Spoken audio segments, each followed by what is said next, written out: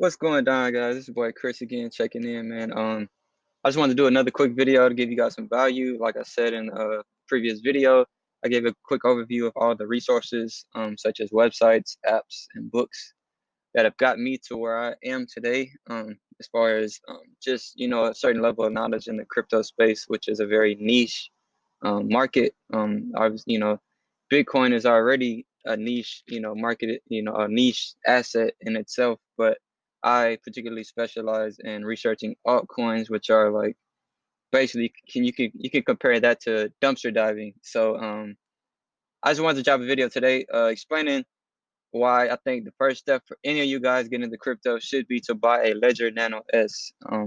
There are apps out there like Cash App, PayPal, and Coinbase that allow you to buy crypto such as Bitcoin, Ethereum, Litecoin straight off of your phone, and you store it right there on your phone.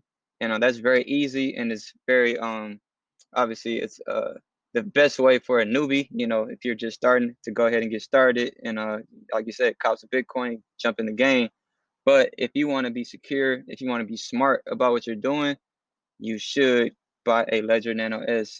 It is $59, and this is an investment. Think of this like you're safe. Like you're not gonna, if you buy something valuable, if you have something valuable, you're gonna buy it safe. You wouldn't just store cash, a lot of cash just out in the open in your kitchen. You want to store this safe so nobody can get a hold of it. So if you have visitors that come over, you don't tell them where your safe is. So it's kind of like with your phone.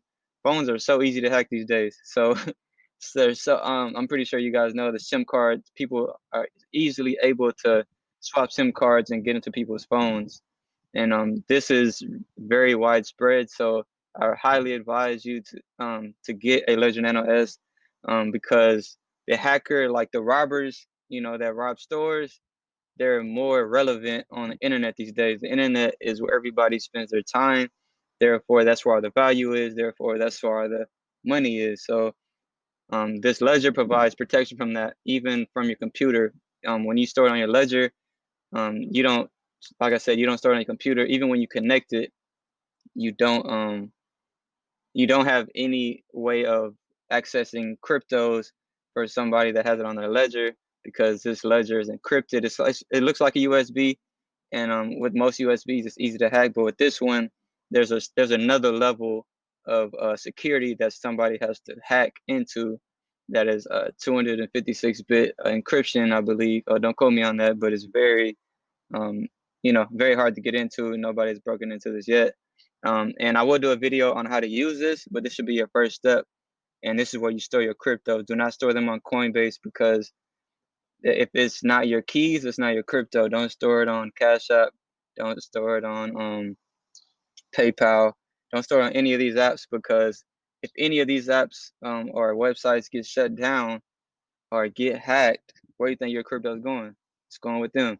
It's bye bye. You can say bye to it. So you want to get this. So there's literally no way somebody can get into your crypto if they hack a website, a centralized entity such as Coinbase, PayPal.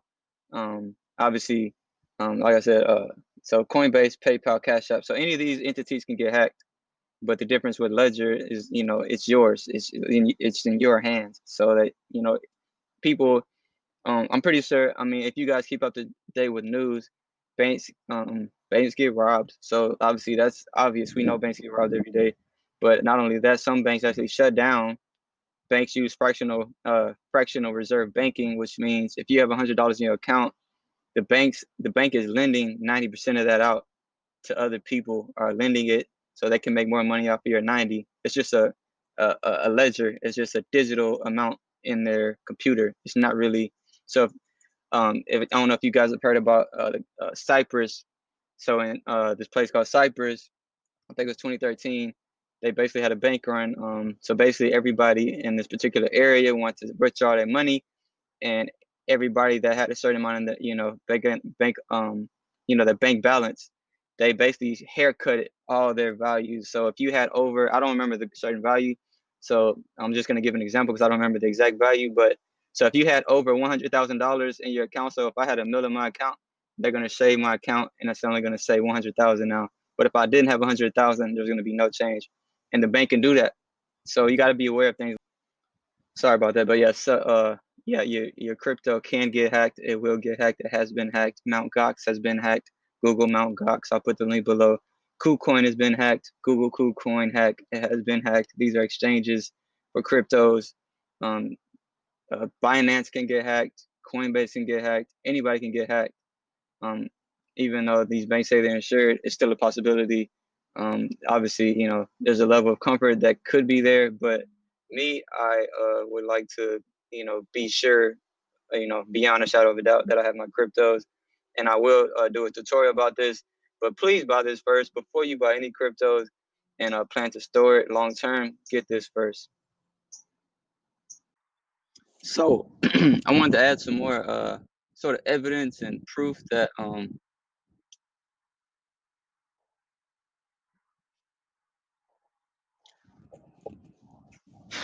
so there's plenty of evidence out there that lets us know that our money's not safe, our emails aren't safe, our tweets aren't safe, our Instagram isn't safe. Like for instance here, Florida teenager is charged as mastermind of Twitter hack. Um, I don't know if I'm pretty sure you guys have heard of this not too long ago. Former President Barack Obama and Elon Musk had their Twitter hacked. So, I mean, you know, obviously they have, you know, robust security around their Twitter for them to be, you know, who they are. They're super famous, right? You would think their account would be secure, but no, they got hacked. So that's more evidence as to why you should get the ledger, and don't store your money on any exchange. Apple. So here's another the hacker hacked into the Apple account. You know, Twitter is runnable. Twitter is one of the biggest companies out there in the world, but yet it still can get hacked. Next, oh yeah, so Bank of Cyprus. So the depositors lost basically 50% of their savings. Think about that. Like you're storing your money in a savings account. This could be your life savings, and half of that is gone. So depositors at the bailed out Cyprus largest bank will lose basically 50% of their savings exceeding 100,000 euros, which is over $100,000. The government said Monday, and this was back in 2013. So big banks are able to get hacked. You can't trust any bank.